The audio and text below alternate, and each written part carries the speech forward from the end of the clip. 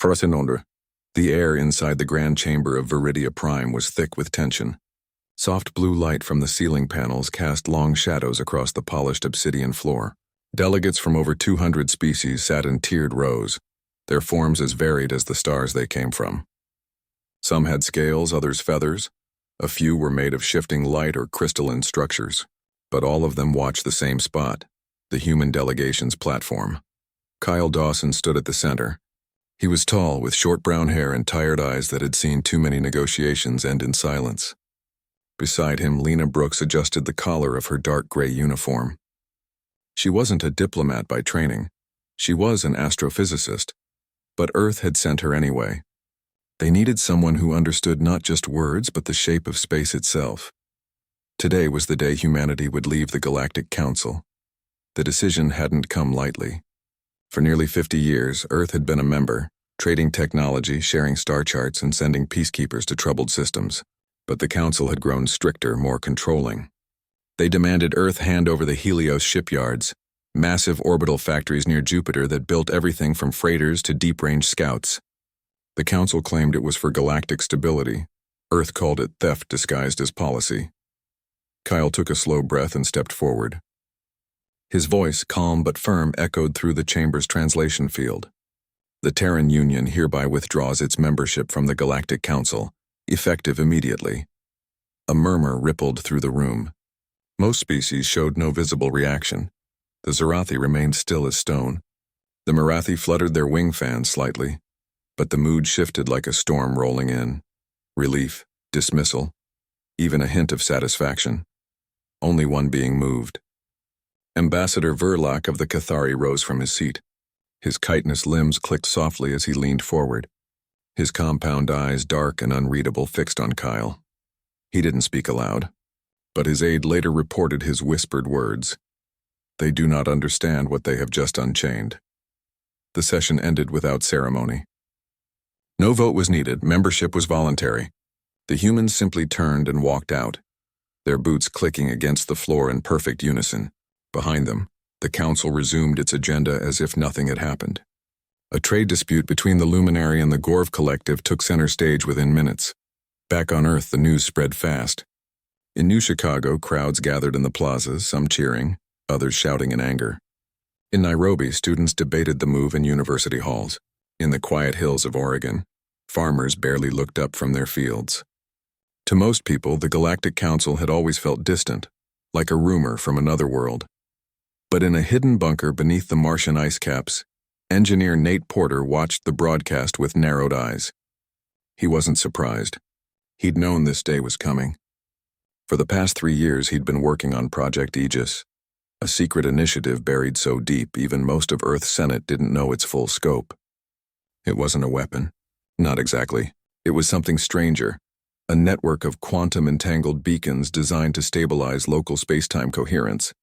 In simple terms, it could protect a region from certain kinds of cosmic interference that most species didn't even know existed. Nate tapped a command into his console. Deep in the Sol system, near the dark side of Neptune, the first Aegis node hummed to life. Its core glowed faintly blue, pulsing like a heartbeat. No alarm sounded. No lights flashed. But something had changed in the fabric of reality around it. Something subtle, almost imperceptible.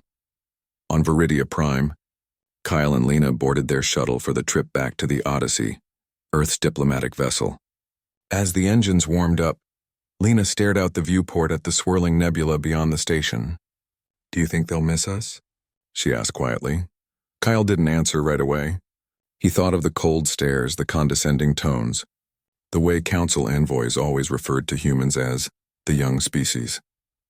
"They'll miss us when it's too late," he finally said.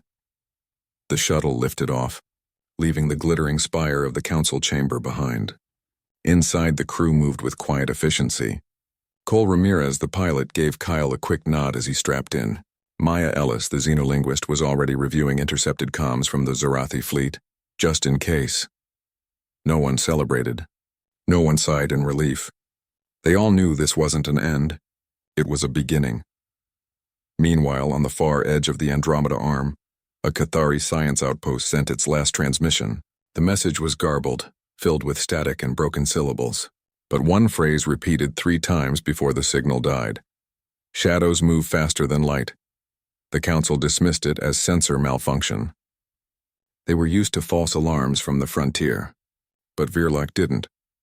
He pulled up ancient archives in his private terminal, texts written in dead languages, etched onto biocrystals older than most civilizations.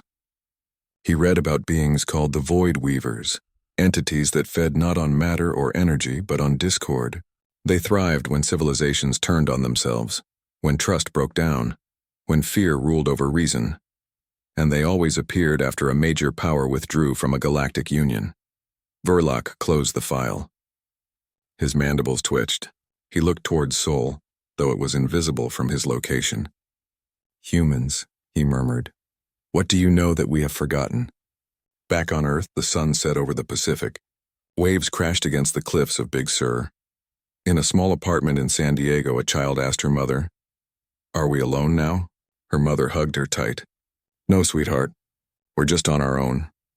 But out in the black, past the orbit of Pluto, past the heliopause, past the last whisper of the solar wind, something stirred. It had been sleeping for millennia, and now with the galaxy fracturing, it began to wake. The humans didn't know it yet, but their departure hadn't weakened the universe. It had removed the only thing holding back the dark. Part 2. 3 months passed after humanity left the Galactic Council. At first, nothing seemed to change. Trade routes stayed open. Messages still flew between star systems. The galaxy hummed along as it always had. But then, the disappearances began. A freighter carrying grain from the Marathi colonies vanished near the Xylos cluster. No distress call, no wreckage, just empty space where a ship should have been. Then another went missing near the Zarathi border. Then a passenger liner with over 2,000 souls aboard.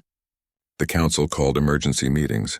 They blamed pirates, rogue AI, even solar flares, but no evidence matched any of those causes. Then entire colonies fell silent. The farming world of Keth 7 stopped responding to hails. When a patrol ship arrived, they found the towns empty. Doors were open, meals sat cold on tables, but no people, no bodies, just silence. The same thing happened on 3 more worlds in as many weeks. Panic spread like a virus through the comms network. The council sent fleets to investigate, but their sensors found nothing unusual. No energy spikes, no warp signatures, no signs of battle. It was as if the people had simply stepped out of reality and never came back. Only Ambassador Verloc noticed a pattern. Every vanished system had recently experienced internal conflict. Protests, political coups, riots over resource shortages. The chaos always came before the silence. He tried to warn the council, but they ignored him. "You're chasing ghosts," said the Zarathi delegate. "Focus on real threats," but Verloc knew better. He remembered the old texts. The Void Weavers didn't attack with weapons. They fed on fear. They made societies tear themselves apart. And once the trust was gone, they swallowed what remained. Back on Mars, Lena Brooks worked late in her lab beneath Olympus Mons. She had been analyzing data from a probe Earth had recovered near the edge of Council space. The probe belonged to a species long thought extinct, the Veln. Its memory core was damaged, but Lena managed to extract fragments. Buried in the code was something strange, a repeating signal that didn't match any known language or math. She ran it through every decoder she had. Nothing. Then, on a whim, she fed it into a neural resonance simulator, one designed to mimic human emotional patterns. The signal responded. It wasn't just data, it was a warning. The words formed slowly on her screen. They return when unity breaks. Lena's hands shook as she called Kyle. He listened in silence, then said, "Show me." An hour later, they stood in the lab staring at the decoded message. Nate Porter joined them, his face grim. He had been monitoring strange fluctuations in the Aegis network, small ripples in space-time coherence like something was testing the edges of reality. "They're not just myths," Lena whispered. "The Void Weavers are real, and they're here." On Earth, the public still didn't know. The government kept the truth quiet, fearing panic. But military ships began moving quietly through the Sol system. Factories ran double shifts. The Aegis nodes were being built faster now, 10, 20, 50 of them. hidden in asteroid belts and dead moons. Then came the first real attack. The Cathari science outpost in the Xylos cluster sent a final transmission. It was short, broken, filled with static, but one phrase cut through clearly. Shadows move faster than light. Then the signal died. This time the Council couldn't ignore it. They sent a full battle group, 6 heavy cruisers, 2 carriers, over 10,000 soldiers. They arrived to find the outpost intact but empty. No signs of violence, no bodies, just cold labs and blinking consoles. As the fleet prepared to leave, their sensors went dark. One by one, the ships lost power. Then they vanished. Not exploded, not destroyed, just gone, like they had never existed. The few survivors who made it back told wild stories, of darkness that moved like liquid, of voices whispering in their minds, telling them their comrades were traitors, that their own ships were traps. By the time they realized it was a lie, it was too late. The Council finally admitted they were facing something they didn't understand. But they still wouldn't ask Earth for help. Pride ran deep in old civilizations. Meanwhile, on Luna, Verlac arrived in secret. He wore a simple traveler's cloak, his chitinous frame hunched to seem smaller. He met Kyle in a quiet garden under the dome of Tranquility Base. No guards, no recorders, just 2 beings who knew the truth. "You must act," Verlac said, his voice low through the translator. "The Weavers grow stronger with every world they consume. Soon they will reach the core systems. Then there will be no one left to fight." Kyle looked at the Earth hanging in the black sky above them. "We left the Council to protect ourselves, not to save them." "But you knew," Verlac pressed.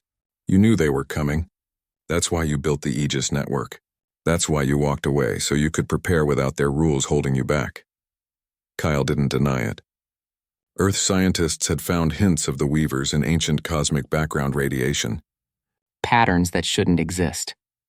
Humanity had spent decades quietly studying them, building defenses the Council would have called paranoid or unstable. Now, those defenses were the only hope. Lena joined them, holding a data slate. "We've mapped the coherence ripples," she said. "The Weavers avoid areas where Aegis is active. They can't feed where reality is stable." Verlac's eyes gleamed. "Then you can stop them." "We can try," Nate said, stepping out of the shadows. He had been listening. "But we can't do it alone. We need allies, even broken ones." A plan formed that night. Not a grand war strategy, just a small mission. A single ship, a single Aegis node, a chance to prove that hope could still spread. The Odyssey was prepped in secret. Cole Ramirez ran diagnostics on the engines.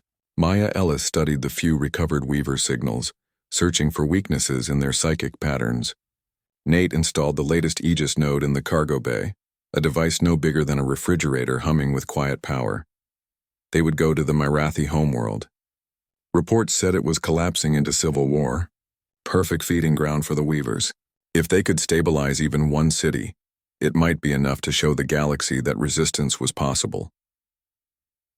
As the Odyssey lifted off from Luna's hidden dock, Kyle stood on the observation deck. He watched Earth shrink behind them. He thought of the child in San Diego asking if they were alone. They weren't alone, but they were the only ones who remembered how to stand together. Out in the dark, the shadows grew longer. Systems flickered and died. The Council argued while their worlds burned, and far beyond the edge of known space, the Void Weavers gathered their strength, weaving nightmares from the fear of 1,000 civilizations. But for the first time in centuries, a light moved against the dark, small, quiet, human. Part 3. The galaxy was breaking apart. What had started as isolated disappearances had become a flood. Entire sectors fell into chaos. The Zorathi accused the Mirathi of using forbidden mind weapons. The Mirathi blamed the Luminari for spreading false visions. The Council's emergency sessions turned into shouting matches, then into silence as delegates stopped showing up at all. Some worlds sealed their borders. Others descended into civil war overnight. Trust, once the fragile glue holding the galaxy together, had snapped, and in the cracks the Void Weavers fed. They did not arrive in ships or armies. They came as whispers in dreams, as sudden doubts between friends, as rage where there had been peace. A captain would suddenly believe his first officer was a traitor. A counselor would accuse her allies of plotting her death. Families turned on each other over nothing. The Weavers did not kill bodies, they killed the connections between them. And once those were gone, The people simply vanished, as if reality itself had decided they no longer belonged. Only the Sol system remained calm. Earth's borders were closed, but not out of fear, out of focus. Inside the human sphere, the Aegis network pulsed steadily, a quiet hum of stability that kept the psychic rot at bay. Cities thrived. Children went to school. Farmers planted crops under twin suns on colony worlds. To outsiders, it looked like indifference. But those who watched closely saw the truth. Humanity was preparing. On Mars, Nate Porter oversaw the construction of new Aegis nodes. Factories that once built mining drones now churned out coherent stabilizers day and night. Each node was small, portable, and powered by quantum-locked crystals grown in lunar labs. They didn't shoot lasers or fire missiles. They simply made space solid again, anchoring reality against the Weaver's unraveling touch. Lena Brooks studied the patterns of collapse. She mapped every fallen system, every outbreak of madness. She found something chilling. The closer a world was to total unity, shared purpose, mutual trust, the longer it resisted. The Marathi, once a harmonious society of song and flight, lasted weeks after the first whispers began. The Zarathi, already divided by caste and creed, fell in days. Unity isn't about agreeing, she told Kyle during a late-night call. It's about choosing to stand together even when you don't. Kyle nodded. He had just returned from Luna, where Verloc had shared more Cathari records. Ancient warnings. Failed defenses. One line stood out. Only those who have known both chaos and order can build a shield the Weavers cannot pierce. Humans, it seemed, were the only species that fit. Meanwhile, the Odyssey neared the Marathi homeworld. From orbit it looked beautiful. Lush forests, silver rivers, cities built into the canopy of giant trees. But the comms traffic told a different story. Emergency broadcasts crackled with panic. Brother turns on brother, one voice sobbed. The sky sings lies. Cole Ramirez guided the ship through a debris field, remnants of a recent battle between Marathi clans. They were fighting over water rights, Maya Ellis said quietly, scanning the wreckage. Now they're destroying each other over nothing. They landed in a clearing near the capital city of Virel. The moment the ramp lowered, the air felt wrong. Thick, heavy, like walking through cold syrup. Maya clutched her head. It's loud here, she whispered. So many voices. All afraid, Nate activated the Aegis node. A soft blue light spread from the device, washing over the landing zone. Instantly, the pressure lifted. The forest sounds returned. Birds, wind, the rustle of leaves.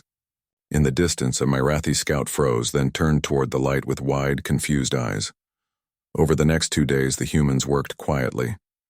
They set up the node in the center of Virel, shielded by human marines who followed strict orders. No weapons drawn unless fired upon. At first, the Marathi kept their distance.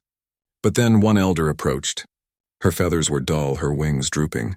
She spoke in broken standard. The madness. It stopped when your light came. Lena knelt beside her. It's not magic. It just helps your mind remember what's real. Word spread. More Marathi came, not as warriors, but as people. They brought food. They shared stories. Slowly, the city began to heal. Councils reformed. Patrols resumed.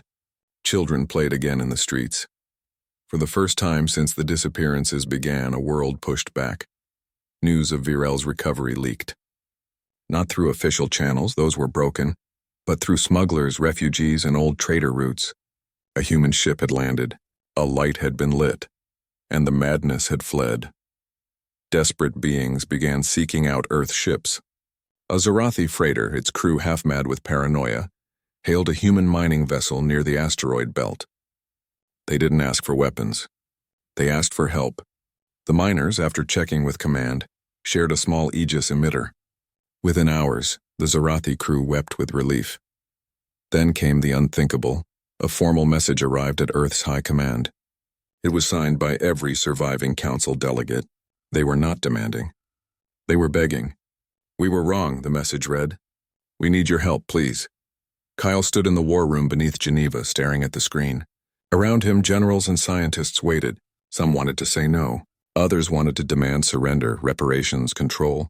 But Kyle thought of the child in San Diego. He thought of Virel. He thought of the quiet hum of the Aegis node holding back the dark. We don't help them because they ask, he said. We helped them because it's right. Earth agreed, but on their terms. No more council, no more orders. Humanity would share the Aegis technology, but only with those who chose to work together, not rule over others. And they would lead the defense, not follow. The council, humbled and broken, accepted, but the Weavers noticed. Deep in the galactic core, where space twisted into impossible shapes, something stirred. It had watched the humans with curiosity. Now it felt threat. The light was spreading. The feast was ending. It gathered its strength. Not as whispers this time, but as a presence. A vast shifting shape made of broken time and stolen memories. It moved toward the inner systems, not to hide, but to show itself. And when it arrived, it erased an entire fleet. The Council's last grand armada, over 300 ships, the pride of 1,000 worlds, had gathered near the Helios shipyards, hoping to make a stand. They never saw it coming. One moment they were forming battle lines. The next they were gone. Not destroyed, not scattered. Erased from history itself. Records showed they had never existed. Families forgot their names. Memorials turned to dust. Only the human-led coalition remained intact, protected by the growing web of Aegis nodes. But even that web began to strain. The Weaver's presence warped space-time on a scale no one had imagined. Nodes flickered. Reality trembled at the edges. On the bridge of the Odyssey, Cole gripped the controls. "It's coming for us next." Maya stared at the star map. A dark spot grew near the core, expanding, consuming light. "It's not just an enemy," she said. "It's the end of everything that believes in itself." Nate checked the Aegis network. "We can't hold it off forever." Lena looked at Kyle. "Then we don't hold it off. We fight it," Kyle nodded. He knew what had to be done. The Aegis network wasn't just a shield. It could be a voice. And humanity had a story the Weavers had never heard. The story of a species that kept getting back up no matter how many times it fell. But that would come later. For now, they had to survive the night. And out in the black, the darkness began to scream. Part 4. The Odyssey drifted in the silent dark near the edge of the Marathi system. Inside, the crew moved with quiet urgency. They had seen what the Void Weaver could do. Entire fleets gone. Histories rewritten, reality itself bending like wet paper, but Virel still stood. The Aegis node glowed steady in the city below, a small blue heart beating against the cold. Lena Brooks sat at her console, eyes fixed on the data stream. She had been studying the Weaver's pattern, not its shape, but its rhythm. It didn't move randomly. It pulsed like a breath, and between breaths there were gaps, tiny, fleeting, but real. "What if we don't block it?" she said suddenly. "But speak to it." Nate Porter looked up from the engine schematics. "Speak, it's not a person." "It's a force." "Maybe," Lena replied. "But it reacts, it learns. It avoids Aegis zones. That means it understands cause and effect. And if it understands that, it can understand meaning." Maya Ellis, who had been translating old Marathi hymns into emotional resonance patterns, nodded slowly. "All life communicates. Even predators. Even shadows. They respond to signals, fear, pain, hope. We've been shielding. But what if we broadcast?" Kyle Dawson entered the room. He had just finished a call with Earth Command. The news was grim. 3 more systems had fallen in the last 12 hours. The Weaver was growing stronger, feeding on the panic of its own approach. But something else had happened too. Species that once hated each other were now sharing coordinates, sending ships to guard Aegis nodes, offering supplies. The fear was still there, but so was something new. Trust. Fragile, but real. "We're running out of time," Kyle said. "If we're going to try something, it has to be now." The plan formed quickly. They would take the Odyssey deeper into the danger zone, not to fight, but to plant a new kind of Aegis node. One tuned not just to stabilize space, but to transmit. Nate had been working on the idea for weeks. By syncing the node to human neural frequencies, specifically, the brainwave patterns recorded during moments of courage, sacrifice, and connection.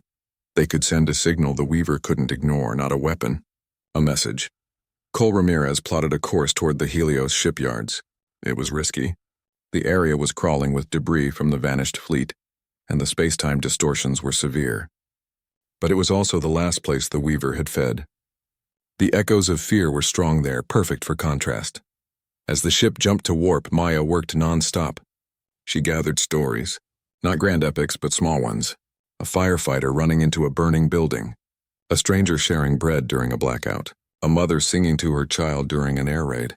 She wove them into sound, light, and emotion, translating human resilience into a language even a cosmic horror might feel. Nate modified the node in the cargo bay. Wires snaked across the floor. Crystals hummed at frequencies no instrument could measure. He didn't sleep. He barely ate. This isn't about power, he muttered to himself. It's about truth. 3 days later, the Odyssey dropped out of warp near the ruins of the Council Armada. There was nothing left, no metal, no energy trails, not even dust.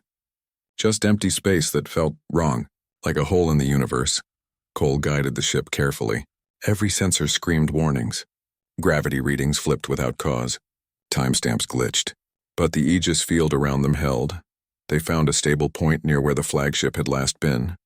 Nate and 2 Marines suited up and took a shuttle down to a derelict asteroid, one that hadn't been erased, only abandoned. There they anchored the new node. It looked like a simple metal sphere, but inside it pulsed with the collected heartbeat of humanity. Back on the Odyssey, Lena initiated the test broadcast. A low tone filled the comms, a single note held for 10 seconds. Then silence. For a moment nothing happened. Then the stars ahead flickered, not like a power failure, like they were being unmade, the Weaver had noticed. "It's coming," Cole said, hands tight on the controls. "Hold position," Kyle ordered. The darkness ahead thickened. Space itself seemed to fold inward. Shapes moved within it. Faces, ships, cities, all melting together in a nightmare collage. The Weaver wasn't just approaching. It was showing them what it had consumed. Maya closed her eyes. "It's afraid," she whispered. "Afraid of what?" Nate asked, voice crackling over the comm. "Of us remembering." Lena activated the full broadcast. The node flared, not with light but with feeling. Across the void the signal spread, a wave of human memory, not of war or conquest but of hands reaching out in the dark, of people choosing kindness when cruelty would have been easier, of standing together when running would have been safer. The Weaver recoiled. For the first time it hesitated. The folding space slowed. The melting faces stilled. In that moment the crew of the Odyssey saw something impossible, a flicker of confusion in the heart of the storm. "It doesn't understand," Maya said, tears in her eyes. "It's never felt this before." The broadcast lasted only 30 seconds before the node overheated and shut down. But it was enough. The Weaver withdrew, not in defeat but in retreat. It needed time. Time to process. Time to adapt. Back on Earth, sensors recorded the shift. The disappearances stopped. The madness in the outer colonies began to fade. On a dozen worlds, people woke from nightmares and found each other again. The galaxy breathed, but Kyle knew it wasn't over. The Weaver would return, stronger, smarter, ready for their signal. "We showed it we're not afraid," he told the crew. "Now we have to show it we're not alone." Word of the broadcast spread faster than any ship could fly. Species that had hidden in fear now reached out. The Zorathi sent engineers to study Aegis schematics. The Luminari offered their crystal archives to help decode Weaver patterns. Even the proud Mirathi sang songs of the humans who brought back the light. A new network formed, not of fleets or treaties, but of shared purpose. Small Aegis nodes appeared on moons and space stations on forgotten outposts. Each one carried a piece of the human signal, tailored to the local species. A Zorathi chant of loyalty, a Luminari pulse of clarity, a Mirathi harmony of unity. The galaxy was learning to speak again, and in the quiet between the stars, the darkness listened. The Odyssey returned to Sol for repairs. As it passed Mars, Nate looked down at the red plains and thought of all the hands that had built the nodes. On Earth, children played under open skies, unaware that their laughter was now part of a cosmic shield. But Kyle stood on the observation deck watching the stars. He knew the final battle wasn't coming. It was already here, and this time humanity wouldn't face it alone. Part 5. The final plan was simple because it had to be. Complexity broke under pressure. Fear twisted clever ideas into traps, so they chose something raw, something true. Lena Brooks called it the last broadcast. Nate Porter called it a prayer with power. Maya Ellis just said, "It's time to tell the whole story." Deep in the Sol system, every Aegis node hummed in sync. Not just the ones on ships or stations, but the hidden ones buried in asteroids, the tiny ones carried by refugees, the massive core units orbiting Earth and Mars. All tuned to one frequency, one signal, one memory. But to reach the heart of the Void Weaver, they needed to go deeper than any ship had gone before. They needed to fly into the maw of the storm. Cole Ramirez volunteered without being asked. He'd flown through hell before. This was just another kind of dark. Maya insisted on coming too. Her voice, her understanding of meaning would shape the final message. Nate would handle the node. And Kyle would lead. The Odyssey was refitted in silence. No fanfare, no speeches. Just hands working fast in the dim light of the Luna dry dock. They stripped away weapons, armor, anything that wasn't needed. Speed and signal strength were all that mattered now. On the day of departure, Virlak stood on the observation deck, watching them board. He didn't speak. He simply bowed his head, a Cathari sign of deepest respect. Kyle nodded back. No words were needed. The ship launched into the black. Behind it, the galaxy held its breath. They jumped through warped space, riding the edges of the Weaver's distortion field. Stars stretched into lines. Time stuttered. Cole flew by instinct, his hands steady even as the ship groaned around them. Maya sat in the comms chair, eyes closed, weaving the final message from every story she'd collected. The human ones. The Zarathi oaths of loyalty. The Merathi songs of dawn. The luminary pulses of shared thought. It wasn't just words. It was feeling-made sound. Nate monitored the node in the cargo bay. It glowed brighter with every light year they crossed. "It's resonating," he said over the comm. "Like it knows where we're going." They found the Weaver near the galactic core. It wasn't hiding anymore. It filled space like a wound in reality, shifting, pulsing, made of broken timelines and stolen voices. Planets that had vanished centuries ago flickered in its edges. Ships that never existed sailed through its depths. It was hunger given form. The Odyssey slowed. Alarms blared, then died as systems failed one by one. Only the Aegis field held, a fragile bubble of order in the chaos. "Ready the broadcast," Kyle said. Maya took a deep breath. She pressed the final sequence. The node flared, not with light, but with memory. Not just human memory, but the combined will of every species that had chosen hope over fear. A mother's lullaby on a dying world. A soldier laying down his weapon. A stranger sharing water in the ruins. 1,000 small acts of courage stitched together into one voice. The signal hit the Weaver like a wave. For a moment, nothing happened. Then the entity shuddered. Faces within it screamed, not in rage, but in pain. It had never felt this before. Not love, not exactly, but choice. The choice to care when there was no reward. To stand when running was safer. To believe in others even after betrayal. That was the thing the Weaver could not consume. It fed on division, but unity built on freedom, not force, was poison to it. The entity began to unravel, not explode, not vanish, but come apart like smoke and wind. The stolen memories returned to their rightful places. Lost ships reappeared in distant logs. Forgotten names came back to grieving families. Reality stitched itself back together, one thread at a time. On Earth, people looked up and felt something lift, a weight they hadn't known they carried. In the Merathi forests, birds sang again. On Zarathi warships, crews lowered their weapons and spoke to each other like brothers. The Odyssey drifted in the quiet that followed. The stars were just stars again. No whispers, no shadows, just space clean and clear. Cole let out a breath he didn't know he was holding. Maya cried softly. Nate checked the node. It was dark now, its work done. Kyle looked out at the calm sky. "It's over," he said. But Lena, watching from Mars through a long-range feed, knew better. "No," she whispered. "It's just beginning." Back on Viridia Prime, the old council chamber stood empty. But new voices gathered there now, not to rule, but to listen. The Zorathi shared ship designs with the Merathi. The Luminari taught others how to read emotional resonance. And at the center of it all stood humans, not as leaders, but as friends. Earth didn't take control. They shared the Aegis schematics freely. Every world that wanted one could build its own node. Not to hide, but to remember. To choose unity every day. Years later, a child on a colony near Alpha Centauri asked her teacher, "What happened the day mankind left the council?" The teacher smiled. That was the day the universe remembered how to hope. And far out in the black, past the last star, past the edge of all maps, the darkness slept again.